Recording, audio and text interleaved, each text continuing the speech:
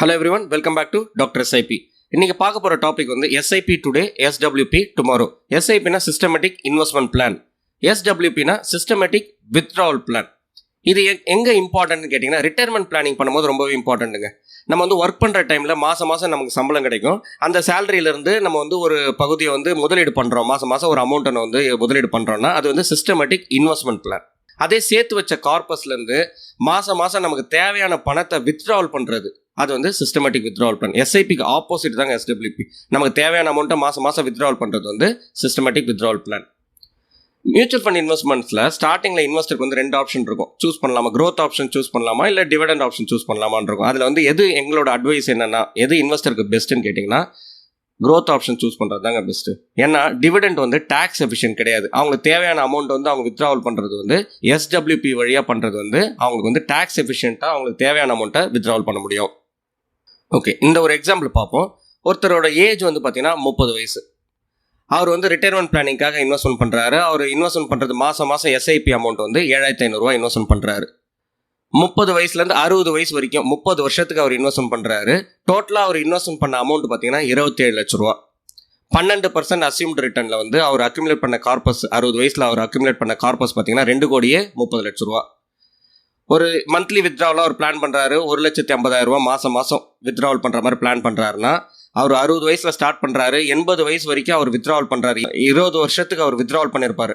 அப்போது அசம்ஷன் இங்கே SWPக்கு அசம்ஷன் பண்ணுற ரேட்டு பார்த்தீங்கன்னா 8%. எதுக்கு இந்த டிஃப்ரென்ஸ்? 12% இல்லாமல் இங்கே 8% வந்ததுக்கு டிஃப்ரென்ஸ் என்னன்னா, இதை நம்ம புரிஞ்சுக்கிறது அசெட் அலோகேஷனை புரிஞ்சுக்கணும். நம்மளோட ப்ரீவியஸ் வீடியோஸில் நிறைய அசெட் அலோகேஷன் பற்றி பேசியிருப்போம். 100 - ஏஜ் ரூல். இங்கே பார்த்தீங்கன்னா 30 வயசு. அப்போ 100 - 30 நம்மளால ரிஸ்க் அதிகமாக எடுக்க முடியும். 100 - 30 வந்து 70% வரைக்கும் நம்ம ஈக்விட்டியில் இன்வெஸ்ட்மெண்ட் போர்ஷனை வச்சிருக்கலாம். நமக்கு வயசாக கரெக்டாக நம்ம வந்து அசெட் அலோகேஷனை மெயின்டைன் பண்ணிகிட்டே வரணும். போர்ட்ஃபோலியோ கரெக்டாக பேலன்ஸ் பண்ணிகிட்டே வரணும். அப்போ நமக்கு வயசு 60 ஆகும்போது 100 - 60 பார்த்தீங்கன்னா 40% நம்மளோட ஈக்விட்டி போர்ஷன் கம்மியாக இருக்கணும். ஆனால் 40% தான் நம்மளோட ஈக்விட்டி போர்ஷன் இருக்கணும். கிராஜுவலாக இன்னும் வயசாக நம்ம ஈக்விட்டி போர்ஷனை கம்மி பண்ணிகிட்டே வரணும். நம்ம போர்ட்ஃபோலியோவை சேவ் பண்ண முடியும். அதனால நம்ம சேஃப்டி பண்ண போர்ட்ஃபோலியோவில் ரிட்டர்ன் எக்ஸ்பெக்டேஷன் பார்த்தீங்கன்னா 8% ரீசனபிளாக நம்மளால் எக்ஸ்பெக்ட் பண்ண முடியும். அதில் மந்த்லி வித்ட்ராவலாக ஒரு 1,50,000 ரூபா பண்ணுறாரு. டோட்டலாக 20 வருஷத்துக்கு அவர் வித்ட்ராவல் பண்ண அமௌண்ட் மட்டும் பார்த்தீங்கன்னா 3,60 லட்ச ரூபா. இருந்தாலும் 80 வயசில் இன்னும் லெஃப்ட் அவுட் கார்பஸ், அவர் கையில் இருக்க கார்பஸ், மீதி இருக்க கார்பஸ் பார்த்தீங்கன்னா 2,30 லட்ச ரூபா. அவர் விருப்பப்பட்டார்னா SWPயை கண்டினியூ பண்ணிகிட்டே போகலாம். அது மட்டும் இல்லாமல் இங்கே வந்து மந்த்லி வித்ட்ராவல் வந்து 1,50,000 ரூபா தேவைப்படலை. இன்றைக்கி டேட்டில் வந்து ஒரு 75,000 ரூபா இருந்தால் போதும்னா 75,000 ரூபாவும் அவர் வந்து வித்ட்ராவல் பண்ணிக்கலாம் மாதம். அந்த ஃப்ளெக்சிபிலிட்டி தாங்க இதில் ரொம்ப இம்பார்ட்டன்ட். இப்போ வந்து ரிட்டையர்மெண்ட் பிளானிங் வந்து நிறைய பேர் வந்து ஆன்விட்டிஸ் மூலியமாக பண்ணியிருப்பாங்க. அந்த ஆன்விட்டிஸை கம்பேர் பண்ணும்போது இது வந்து ரொம்பவே பெஸ்ட் ஆப்ஷனுங்க. இப்போ நீங்கள் ஆன்விட்டி சூஸ் பண்ணும்போது உங்களுக்கு லிமிடெட் ஆப்ஷன்ஸ் தான் கொடுப்பாங்க. நீங்கள் அதில் ஏதாவது ஒரு ஆப்ஷன் நீங்கள் சூஸ் பண்ணணும். அதுதான் வந்து த்ரூ அவுட்டாக லாக் ஆகிடும். அப்போ உங்களுக்கு ஒரு ஃபிக்ஸட் அமௌண்ட் கிடைக்கும். இல்லை வந்து இன்ஃப்ளேஷன் அட்ஜஸ்ட் பண்ணுற மாதிரி ஒரு ஆப்ஷனை சூஸ் பண்ணிங்கன்னா இன்ஃப்ளேஷன் அட்ஜஸ்ட் பண்ண மாதிரி ஒரு அமௌண்ட் கிடைக்கும். ஏதோ ஒரு ஆப்ஷன் நீங்கள் வந்து சூஸ் பண்ண போகிறீங்க. அப்போ உங்களுக்கு ஆன்விட்டி பிளானில் பார்த்தீங்கன்னா ரொம்ப பெரிய டிஃப்ரென்ஸ் கிடையாது. அவங்க வந்து ஒரு 5% இல்லை 6% இல்லை வந்து காம்படேட்டிவாக இருந்துச்சுன்னா அன்றைக்கி ரேட்டுக்கு, அன்றைக்கி இன்ட்ரெஸ்ட் ரேட்டுக்கு ஏற்ற மாதிரி ஆன்விட்டி பிளானில் உங்களுக்கு சஜஸ்ட் பண்ணியிருப்பாங்க. அந்த லிமிடெட் ஆப்ஷன்ஸில் நீங்கள் சூஸ் பண்ண போகிறீங்க. இல்லை 5% இல்லை 6%, 7% தான் நீங்கள் வித்ட்ரா பண்ண போகிறீங்க. ஆனால் இங்கே பார்த்தீங்கன்னா உங்களோட விருப்பப்படுறது போல் உங்களுக்கு ஃப்ளெக்சிபிளாக உங்களுக்கு எவ்வளோ அமௌண்ட் தேவையோ அதை வந்து உங்களோட கார்பஸ்லேருந்து நீங்கள் வித்ட்ராவல் பண்ண போகிறீங்க. ஃபுல் கண்ட்ரோல் உங்ககிட்ட தான் இருக்க போகுது. உங்களுக்கு 50,000 ரூபா தான் மாதம் தேவைனாலும் நீங்கள் வித்ட்ரா பண்ண போகிறீங்க. 75,000 ரூபா தேவைனாலும் இதில் வித்ட்ரா பண்ண போகிறீங்க. 1,50,000 வேணுனாலும் நீங்கள் வித்ட்ராவல் பண்ணலாம். இல்லை இன்னும் போக விலைவாசிலாம் அதிகமாக இருக்குது, நம்ம வந்து லைஃப் ஸ்டைல்லாம் அதிகமாக இருக்குது அந்த டைமுக்கு, அப்போது நமக்கு வந்து ஒரு 2 லட்ச ரூபா தேவைப்படுது மாதம்னாலும் உங்களால் இதுலேயும் இன்க்ரீஸ் பண்ண முடியும். அது மட்டும் இல்லாமல் உங்களுக்கு லெஃப்ட் அவுட் கார்பஸை வந்து நீங்கள் வந்து உங்களோட அடுத்த ஜென்ரேஷனுக்கு பாஸ் ஆன் பண்ணுறதுக்கு உங்களுக்கு ஈஸியாக இருக்கும். இப்போ நியர்லி பார்த்தீங்கன்னா 80 வயசில் அவர் வந்து ஹேண்ட் ஓவர் பண்ணணும், அவரோட அடுத்த ஜென்ரேஷனுக்கு ஹேண்ட் ஓவர் பண்ணணும்னால 2,30 லட்ச ரூபா ஈஸியாக லிக்விடிட்டியாக ஹேண்ட் ஓவர் பண்ண முடியும். இதில் நான் நோட் பண்ண வேண்டியது வேர்டு என்னன்னா லிக்விடிட்டி. இப்போ நிறைய பேர் வயசானவங்க என்ன பண்ணியிருப்பாங்கன்னா அவங்க வந்து ரியல் எஸ்டேட்டில் இன்வெஸ்ட்மெண்ட் பண்ணியிருப்பாங்க. லேண்டோ இல்லை வீடோ இல்லை ஷாப்ஸில் இன்வெஸ்ட்மெண்ட் பண்ணிவிட்டு அதில் வர ரெண்டல் இன்கம் நம்பி இருப்பாங்க. அதனால் என்ன ப்ராப்ளம்னு கேட்டிங்கன்னா இது எல்லாருக்கும் செட் ஆகாது. நிறைய பேருக்கு வந்து அந்த ஒரு இன்வெஸ்ட்மெண்ட்டுக்கே வந்து பார்த்திங்கன்னா ஒரு ரியல் எஸ்டேட் இன்வெஸ்ட்மெண்ட்டில் போனோன்னா ஒரு பெரிய கார்பஸ் தேவைப்படும். அந்த பெரிய கார்பஸ் வந்து அதில் லாக் ஆகிடும்.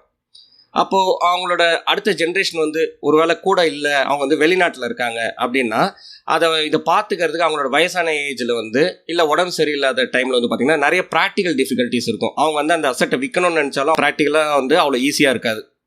அது மட்டும் இல்லாமல் ஒரு சில வாடகை கொடுக்குறவங்க வந்து ப்ராப்ளமேட்டிக்காக இருந்தாங்க, அவங்களுக்கான ஒழுங்காக கலெக்ஷன் பண்ண முடியல, அவங்களுக்கு தெரியுது இவங்க வந்து வயசானவங்க, இவங்க கூட யாரும் இல்லைன்னும் போது ஒழுங்காக வாடகை பே பண்ணலனாலும் அதுக்கு லீகல் ஆக்ஷன் எடுக்கிறதுக்கு கூட இவங்களுக்கு வந்து அவ்வளோ ஈஸியாக இருக்காது. அந்த ஏஜும் ஒத்துழைக்காது, அவங்களுக்கு உடம்பு கண்டிஷனும் ஒத்துழைக்காது. ஸோ நம்ம வந்து வயசான காலத்தில் வந்து எவ்வளோ ஈஸியாக எவ்வளோ நம்மளோட அசட்டை வந்து லிக்விடாக வச்சுருக்கிறதுன்றது இம்பார்ட்டன்ட். இப்போ இங்கே உங்களுக்கு வந்து இன்னொரு மைண்டில் வரலாம், அதனால நான் எல்லாத்தையும் கொண்டு போய் மியூச்சுவல் ஃபண்ட்ஸில் போடலாமா, எல்லாத்தையும் நான் வந்து ஈக்விட்டியில் போடலாமான்னு கேட்டிங்கன்னா, மியூச்சுவல் ஃபண்ட்ஸ்னா கம்ப்ளீட்டாக ஈக்விட்டி கிடையாது. அதை நல்லா புரிஞ்சுக்கணும். நம்ம மியூச்சுவல் ஃபண்ட்ஸ்லையும் நிறைய ஆப்ஷன்ஸ் இருக்குது. ஈக்விட்டின்றதும் one of the asset. Equity போக நீங்கள் வந்து ரியல் எஸ்டேட்லையும் இதில் இன்வெஸ்ட்மெண்ட் பண்ணலாம், கோல்டுலையும் இன்வெஸ்ட்மெண்ட் பண்ணலாம், மல்டி அசெட்லையும் நம்மளோட வந்து டைவர்சிஃபை பண்ணி இதில் இன்வெஸ்ட்மெண்ட் பண்ண முடியும். இல்லை கம்ப்ளீட்டாக நம்ம பாண்ட்ஸில் வச்சுக்கணும், சேஃப்டி பண்ணிவிட்டு பாண்ட்ஸில் போனதுனால நம்ம வந்து பாண்ட்ஸில் போகலாம்.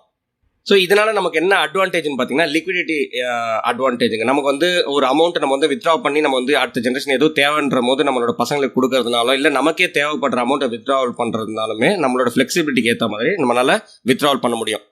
இப்போ வந்து இவர் வந்து 30 வயசில் ஸ்டார்ட் பண்ணாமல் ஒரு 40 வயசில் ஸ்டார்ட் பண்ணுறாரு. இதே அமௌண்ட்டு 2,30,00,000 வந்து 60 வயசில் சேர்க்கணுன்ற மாதிரி ஸ்டார்ட் பண்ணுறாருன்னா, அவருக்கு தேவையான SIP amount, monthly SIP amount பார்த்தீங்கன்னா 25,000. 30 வயசில் ஸ்டார்ட் பண்ணியிருந்தாருன்னா இந்த கார்பஸுக்கு அவர் வந்து 7,500 தான் கட்டணும். இதே வந்து ஒரு 10 வருஷம் டிலேயில் ஸ்டார்ட் பண்ணுறாருன்னா நியர்லி 25,000 கொடுக்கணும். இது தாங்க பவர் ஆஃப் காம்பவுண்டிங். நம்ம வந்து சீக்கிரமாக ஸ்டார்ட் பண்ணோம்னா ஒரு சின்ன அமௌண்ட்லேயே வந்து நம்ம வந்து ஒரு பெரிய கார்பஸை சேர்க்க முடியும்.